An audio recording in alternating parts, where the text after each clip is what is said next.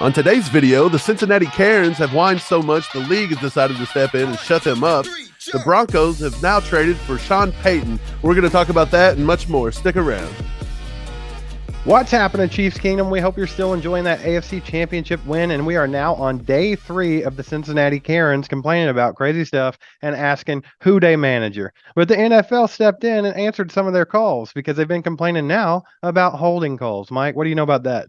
Yeah, so they said Orlando Brown held Trey Hendrickson and B.J. Hill was held by Trey Smith on the play that Patrick Mahomes escaped the pocket and got the Joseph Osai penalty that put us in field goal range. There's a lot of problems with this, though. Mahomes broke the pocket. Once Mahomes breaks the pocket, those rules kind of come out unless you tackle somebody or fully rip a jersey. It's just not going to do it. Is it a little weird? Possibly. Again, they'll probably go back and change the rules in the offseason. It seems like it's always Chiefs win, people whine, they change the rules, they spend a lot of money, repeat. Chiefs win, and then we're right back in this cycle again. But then the second reason you can't call that is he didn't restrict any angles of the pursuit. Joe Thomas has a tweet out today that said, "This is not a hold. Get over yourselves if you think it was." Basically, he's saying it's not a hold because point number 3, BJ Hill, if you watch it, he does a rip move. Once you do a rip move, it makes it look like a hold, but it is not. Officials are not fooled by that. And it just doesn't look bad. If you look at the NFL official rules, this is what it says. We'll throw this on the screen. Use his hands or arms to materially restrict an opponent or alter the defender's path or angle of pursuit. It is a foul regardless of whether the blocker's hands are inside or outside of the framework.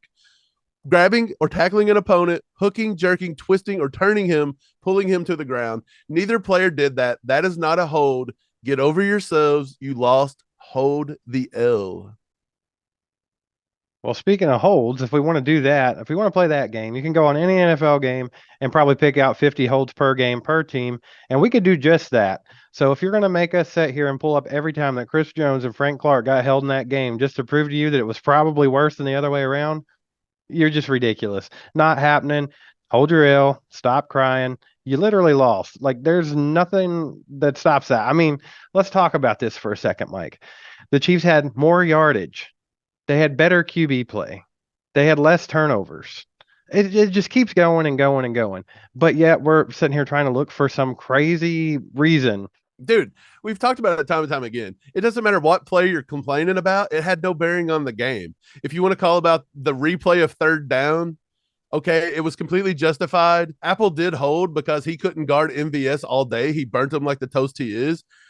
But again, we punted. Joe Burrow gets the intentional grounding call. It was completely intentional grounding. But guess what? They converted a 3rd and 16 and still had to punt. So all these plays that you guys are crying about had no bearing on the outcome of the game because the Bengals still stumped their own toe and had to screw themselves, and it didn't matter whatsoever. The only thing that actually did affect the game was the Joseph Osai penalty, and that was an obvious penalty. Like, you cannot argue that. Hey, now they've gone to the links of, I think it was on PTI or something, one of the ladies on there was like, we need to change this rule. It shouldn't be 15-yard penalty. So apparently now you can try to hurt the other team's QB and only get a smaller penalty is what she's saying, which is absolutely ignorant. Also, hold on. The Cincinnati Bengals fans are saying, well, he didn't actually push him down. I think their feet got tangled and they tripped. So is that still a penalty?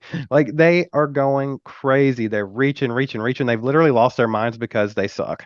And they thought they were something in this last year, and they realized that you're not who you think you are. Deal with it. They're losing their minds a little bit. But, hey, it is what it is, man. Hey, again, the Chiefs won. Everybody's going to complain. We're the new Patriots. Nobody likes us. They're tired of seeing Mahomes dominate. They're tired of seeing Andy Reid dominate, Kelsey dominate. They're so sick of it. They can't take it. They're changing rules every offseason to try to beat us.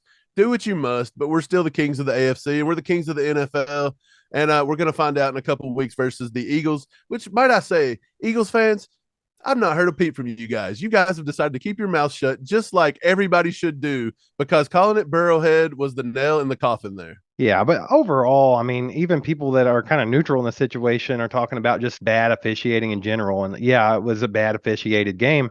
I wouldn't exactly argue with that. I think some of the things were questionable, but it wasn't just one-sided. The Chiefs took a lot of weird calls as well. They actually pulled points off the board from the Chiefs over petty things. Like, the holding A call that hold wasn't you know, there. yeah, right. And then the taunting, like these guys are out there beating the crap out of each other for 3 hours, but they can't look at each other and like shrug.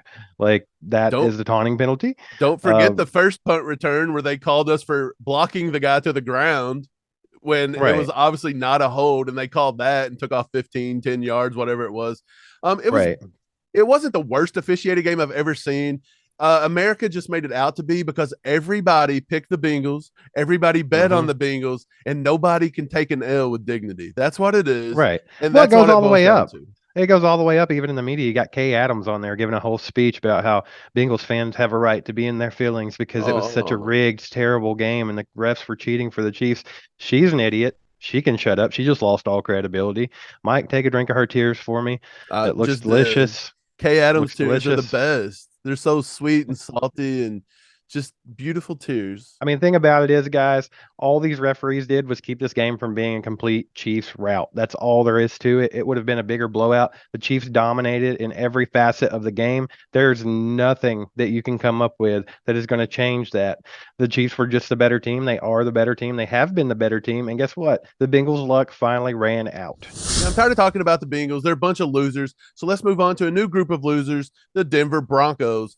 Just as we called on the show a few weeks ago, they are trading for Sean Payton, which we said they would because why not? They got to make a splash every offseason. That's where they win their championships, is dominating the offseason headlines. So, Steve, what are the specifics of that trade?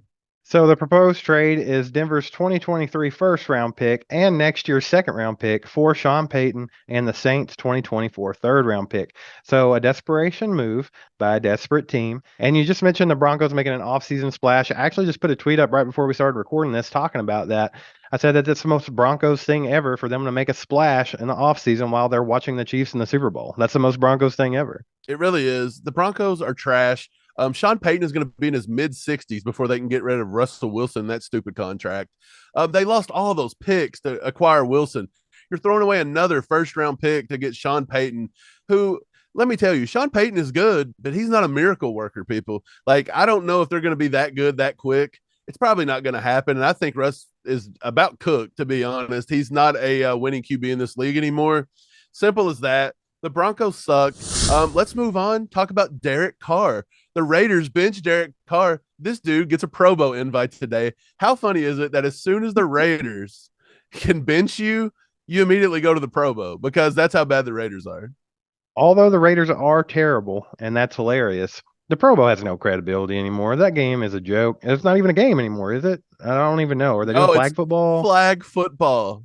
How stupid. Hey, Like the if you whole thing's a joke. Just call it off. Call it off. It's a joke. It's stupid. Like get rid of it because I mean not only are you playing flag football, but you're also digging so deep that you have to get Derek Carr on hey, the Pro Bowl team. if you wanted to call the roughing the passer penalty on Frank Clark when he touched Joe Burrow, you may as well turn that into flag football too, because Right. If you want to that's where see you're headed. this stupid Pro Bowl game every Sunday, then you go ahead and keep complaining about him touching Joe Burrow's chest and Joe Burrow putting on the acting job there. Let's talk about these rookies, man. These rookies against the Bengals, they dominated. We said this over and over again. Rookies dominated Joe Burr. Joe Shiesty got completely walloped by a group of first year guys. We talk about Trent McDuffie. Trent McDuffie is a dog. He shut down Chase. That was easy. He allowed a few catches on the day. I think most of them he tripped over his own feet. His cleats wouldn't catch. Something happened. It allowed Boyd to have a few weak catches over the middle. But the one guy that we didn't talk about a lot was Josh Williams. This kid flat out stepped up and beasted the other day, Steve. Let me give you the stats that he pulled off the other day, primarily guarding T. Higgins. 47 coverage snaps, 2 catches allowed, 1 interception, and he only allowed a 9.2 passer rating to the second best QB in the NFL, Joe Burrow. This kid was playing HBCU competition last year, Steve. How big has Josh Williams been? Because this kid's been a monster. And when we drafted him, you specifically said, I don't know about it. And here he comes, man. You be careful calling it HBCU competition because someone got really butthurt about that in the comments. Just Oh, say I'm Division sorry. Two. Division Two. Okay, Uh, Division two HBCU. It's not the SEC. Let's put it that way. no, but that jump from Division II at the HBCU to the NFL is a massive jump. It's massive. It don't matter how you cut it. That's a huge jump. And you can't say enough about how this kid came in. He took his lumps in the season, man, because he got beat up on quite a bit. Teams picked on him. He took a lot of heat from our fan base, but he was always accountable for it. And he's gotten better, and he proved it in this game in the biggest stage. Also, one guy that you didn't mention was Jalen Watson. This guy's a 7th-round pick. Even I doubted Jalen Watson. I thought it was a weird pick. I didn't think he was going to turn out to be anything. And all of a sudden, this guy's starting like right off the bat in the season. He proved that he's a ball hawk. He proved that he's a baller. I can't say enough about Jalen Watson either, man. The whole secondary was nothing but rookies. Brian Cook came in, played great. He had done the same thing, man. He kind of started slow this year and took some heat, but he's proved to be really good as well. I mean, this rookie secondary was excellent in this game against the Bengals. Yeah, Brian Cook and Josh Williams are the ones that tag team that interception there on Burrow. Man, the sky is the limit for these rookies. And again, you guys are not calling this out. This is a young team. I just wanted to note that's one more thing the referees took off the board for the Chiefs was another interception because Brian Cook hit him slightly early on a bang play that they would have not even known unless they watched it in super slow-mo. So let's not forget about that one. Yeah, but again, we're not going to argue the officials because when you slowed it down, he did hit him too early. Good call. I'm not going to cry about it. But yeah, you're right. It was bang in the moment. We were like, what in the world? But it was a little bit. But again, nobody's giving these rookies any credit, man.